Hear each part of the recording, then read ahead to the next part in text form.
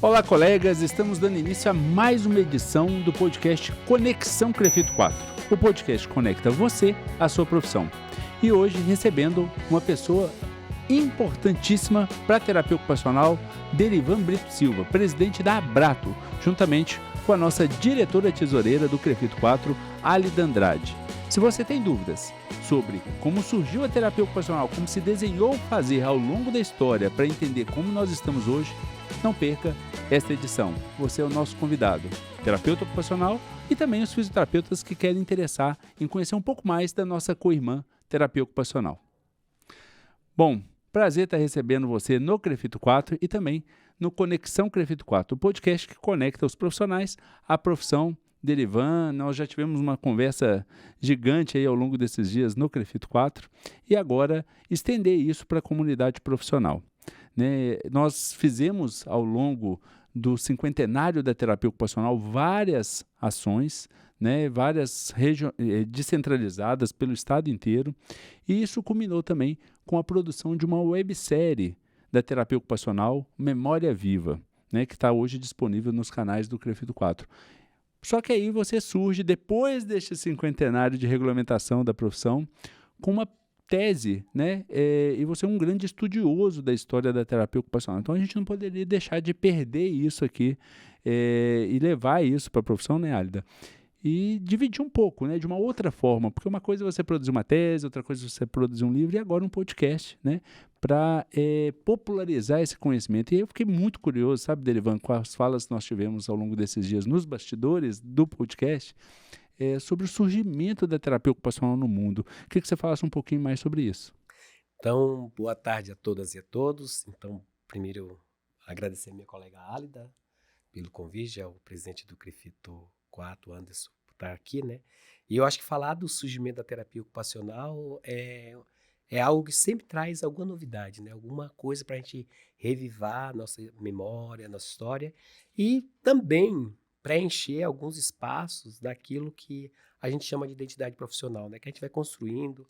Nós temos estudantes aí, pessoas interessadas em fazer um curso de terapia ocupacional, nós temos profissionais do campo, que já são terapeutas ocupacionais, as nossas instituições, e sempre é muito bom pensar como surgiu esse fazer, como ele foi sendo arquitetado, ou seja, de onde parte, de que ideia que parte essa questão que a gente chama hoje de terapia ocupacional e que dá o lugar ao terapeuta ocupacional, que é o profissional que está lá no contato direto com as pessoas que precisam de uma atenção em terapia ocupacional. Então, para iniciar, quando se fala dessa pergunta, como surgiu, eu digo que a terapia ocupacional, a profissão de terapeuta ocupacional, ela vai surgir assim como todas as profissões surgem. As profissões sempre surgem de uma demanda social. E as pessoas, para resolver os seus problemas, elas vão tentar criar, arquitetar soluções. E aquele tempo, quando a gente está falando do surgimento da terapia ocupacional, a gente vai ver um mundo em que o grande problema era as pessoas desocupadas. O que fazer com os desocupados? Ou seja, pessoas que de alguma forma não demonstravam uma expectativa social de dar conta da própria vida, desde cuidar do seu próprio corpo, cuidar do seu ambiente doméstico, vamos dizer, da sua vida comunitária, se socializar, produzir, trabalhar, se divertir. Então, essas pessoas tinham problemas para isso.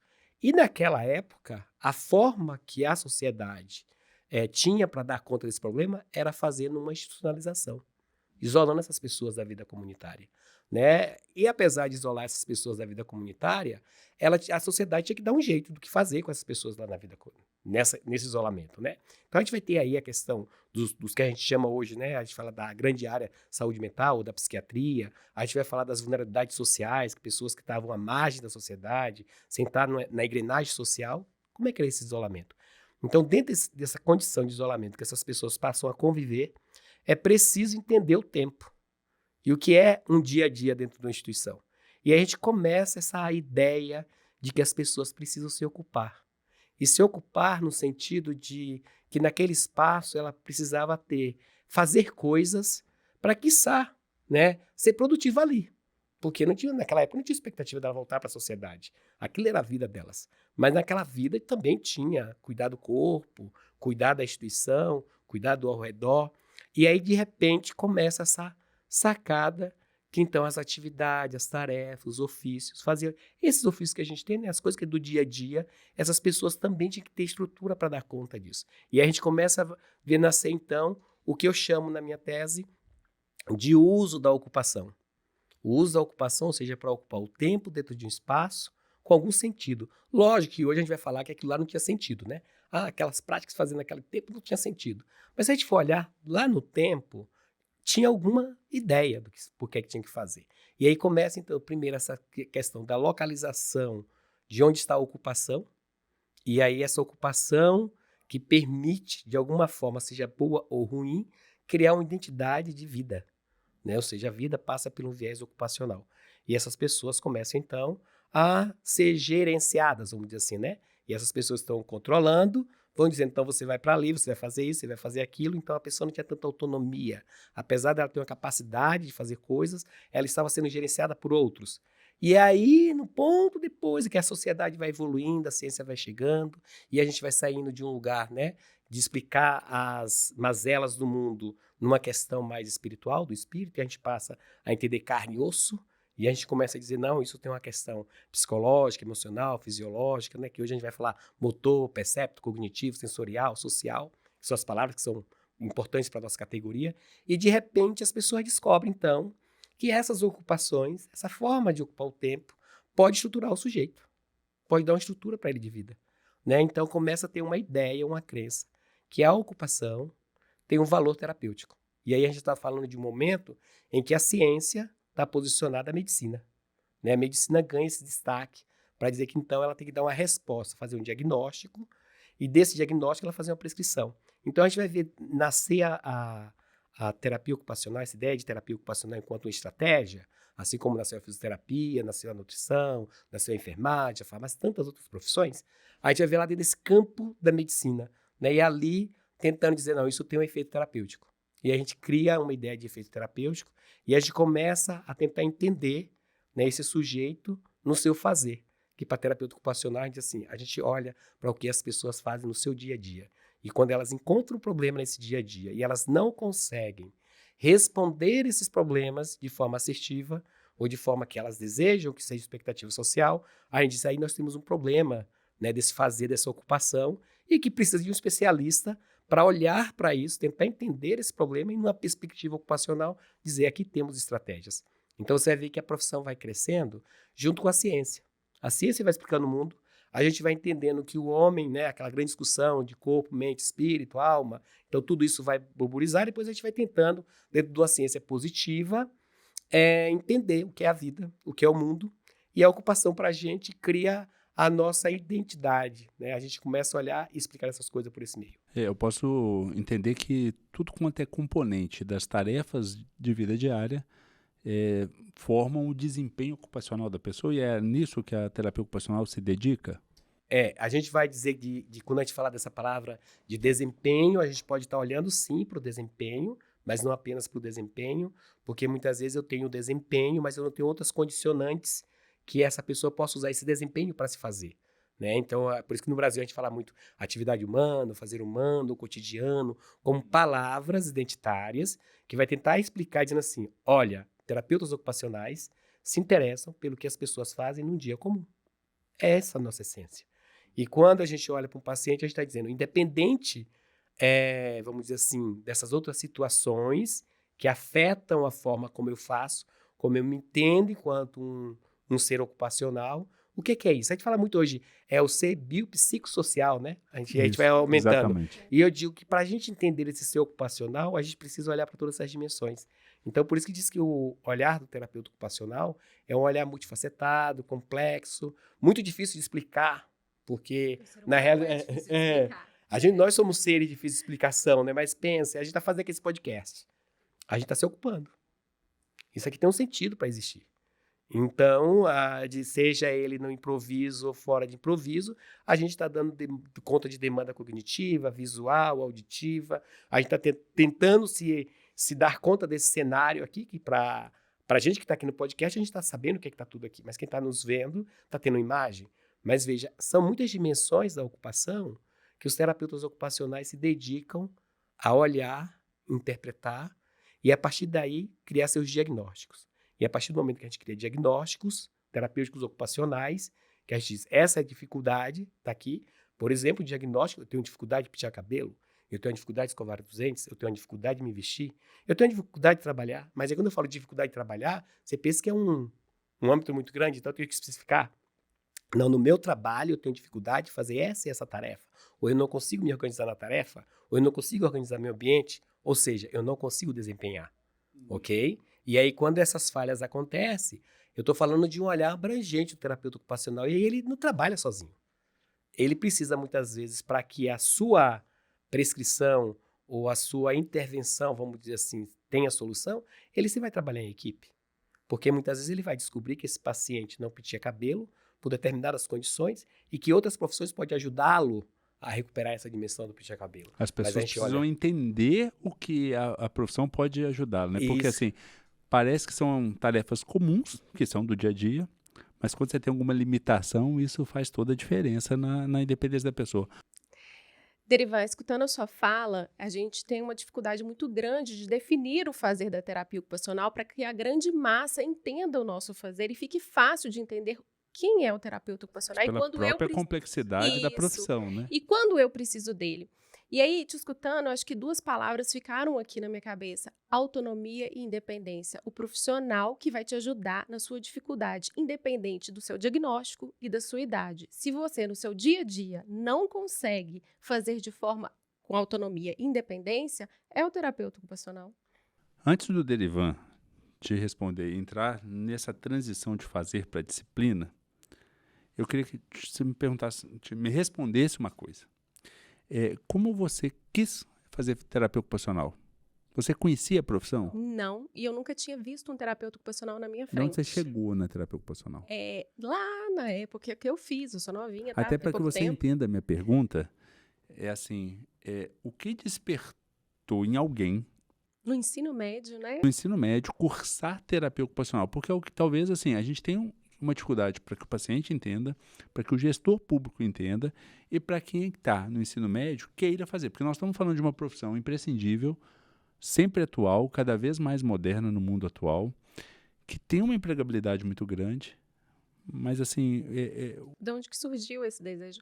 Não conhecia nenhum terapeuta ocupacional, nunca tinha sido atendida por esse profissional. Na época, a UFMG tinha a mostra das profissões e ela tinha um livro explicando cada uma das profissões. E vou te falar que a pessoa que escreveu sobre a terapia ocupacional foi o melhor marqueteiro da face da Terra, porque o que estava escrito ali já me fez apaixonar. Aí sim, eu fui buscar entender o que era essa profissão, onde eu poderia atuar, ganhos, porque a gente quer saber, né, depois de formar, e me apaixonei. O que estava escrito traduziu o que é a profissão para você? Traduziu, e eu não tenho mais esse livro. Se eu tivesse, gente, eu queria... Sabe por quê, Derivan? A gente tem uma dificuldade, às vezes, de, como ela diz assim, de tentar reduzir a termos, né? Trazer no papel, né, para quem lê ou para quem nos ouve, o que é a profissão. Me explica um pouco essa transição assim, desse fazer, dessa atividade, quando ela vai se institucionalizando e vai se tornando uma disciplina, uma ciência. Então, Anderson, veja, até pegando carona com ela, como é que eu descobri para fazer TO? Eu cheguei no Paraná em 96, em Curitiba, e estava na época de eu decidir o que é que eu queria, né? Eu vim do magistério, de 2º grau, então eu pensava na licenciatura, e aí o José dos Santos, que era inclusive funcionário do CREFITO 8, Conselho Regional de Fisioterapia e Terapia Ocupacional, recém-instalado no Curitiba, olhando, vendo como eu estava procurando emprego, ele falou, tem 2 profissões. Eu trabalho no conselho que é a fisioterapia e a terapia ocupacional, mas olhando o teu jeito, tu tem jeito para TO. Aí aquilo me chamou a atenção. Eu não sabia o que era essa TO, né? Terapia ocupacional. E aí eu olhei. Mas não foi bem pelo que eu li. Eu fiz uma análise assim. Eu estava chegando em Curitiba, eu precisava de uma profissão. E eu sabia que depois de uma graduação, a gente vai enfrentar mercado. E a gente vai enfrentar concorrência. E tão atual quanto era aquela época, o mercado estava aberto e tinha poucos profissionais. E eu fiz um jogo tácito de dizer, bem, se eu fizer fisioterapia, eu tenho uma concorrência bem maior quando eu sair da universidade. Se eu fizer terapia ocupacional, eu tenho uma concorrência bem menor. Então, a minha chance de inserção no mundo do trabalho, nessa profissão promissora, já que essas 2 são promissoras, né, eu também pensei em psicologia, né? Não queria nada muito biológico no sentido de algumas situações que é trabalhar só em hospital. Mas eu sabia que eu algumas questões que tinham ali permeando. Daí sim, fui ler alguma coisa e disse, é essa que eu vou fazer, é essa profissão, mesmo não tendo nunca visto falar e nem ter visto um profissional atuando, mas eu acreditei naquela questão que está no mundo social, a profissão que é necessária. Se existe, se é um nível superior, se tem um conselho, se está regulada, então isso é possível. E eu acho que para o jovem, a gente fala que as carreiras geralmente elas aparecem. E quando a gente vê, lógico que a gente não vai comparar uma carreira de terapia ocupacional com carreiras hegemônicas, como medicina, direito, engenharia, que são as maiores, né?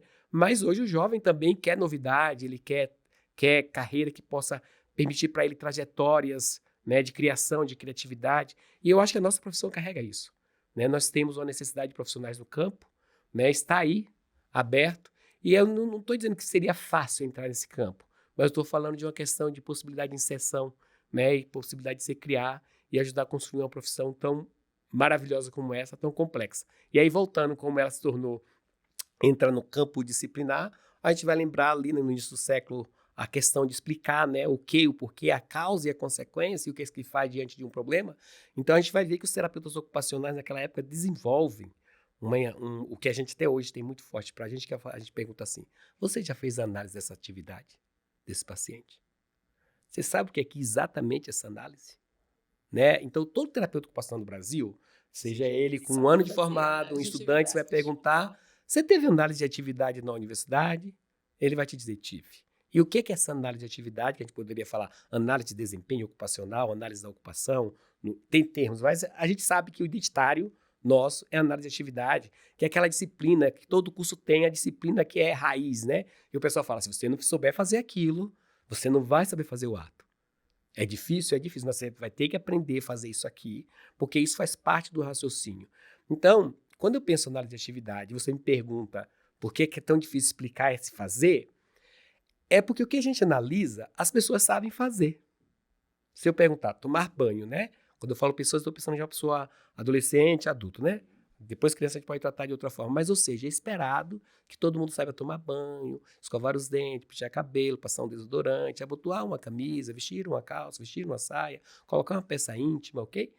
Que é esse cuidado que a gente fala do corpo, A né? complexidade disso só vai aparecer quando ela tiver Isso. Aí eu digo assim, alguma solução de continuidade na condição quem quiser natural. experimentar, só é pegar a mão não dominante e tentar fazer uma tarefa, por exemplo, desabotoar a camisa ou fechar o zíper da calça. Ou fechar, uma mulher que tem a mão só, tentar fechar um sutiã, né? Aí você vai começar a entender que essa perspectiva não é tão simples. É que a gente aprende isso ao longo da nossa vida, ele vai se tornando automático. Você consegue explicar uma pessoa dirigindo? Você não consegue racionalizar. Para dirigir você faz isso. Não, é A automático. atenção é difusa, mas vai tudo automático. Vai tudo no automático. Então, a maior parte dos nossos atos, eles são automáticos para a gente dar conta da vida.